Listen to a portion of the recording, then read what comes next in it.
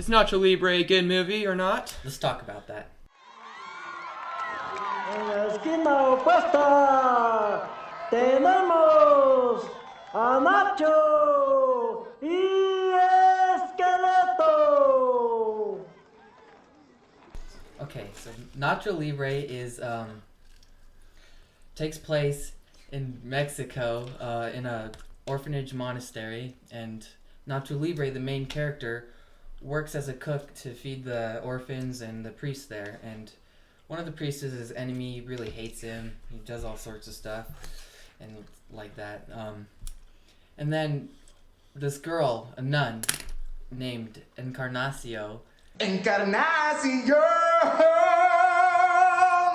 She joins the monastery as a priest, and he instantly falls in love. Like, his love at first sight, basically. But him and his other priest have this conflict because they both like her, but they know they both can't have her. So that goes on the entire movie. And so the plot is Nacho Libre is a cook, and he doesn't have enough money to feed the kids what they want and what they need because the monastery isn't very rich. And so what he does is he goes undercover as a luchador. You know what that is. And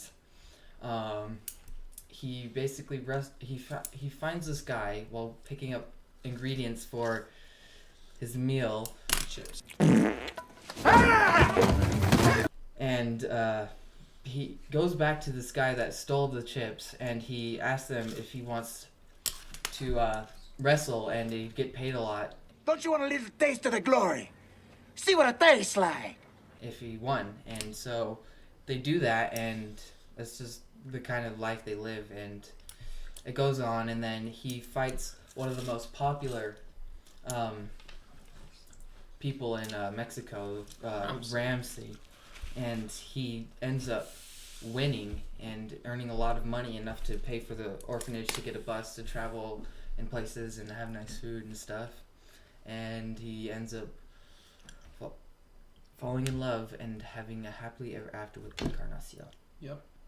And then you get to the main characters, like we talked about, Nacho, who is also known as Jack Black. And then he's really good at acting, as you can see in the movie.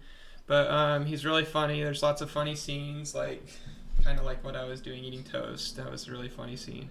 But he's just a chef at the orphanage, and he cooks them all these kind of disgusting meals, like Gruel. Yeah, gruel.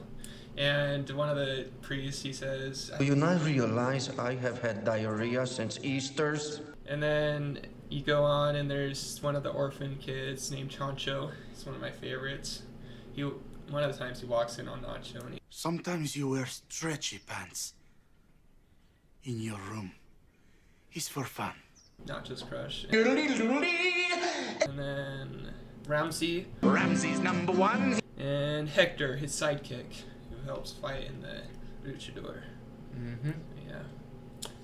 Okay, now for the director of this movie. He's obviously a big fan of humor and whatnot.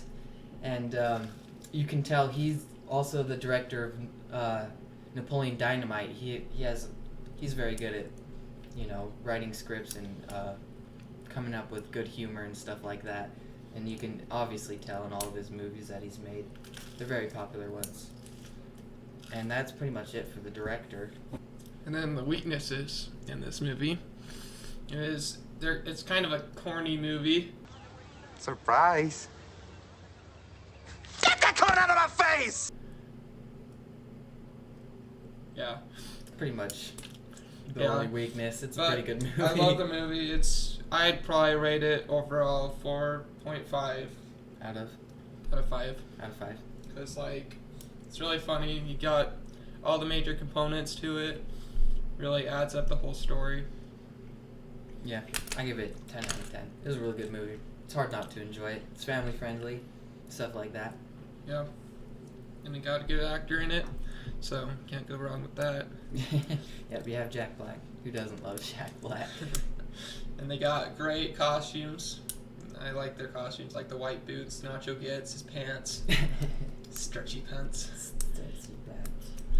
So yeah, and here are some of our favorite clips throughout the movie. Some highlights, as you'd call them.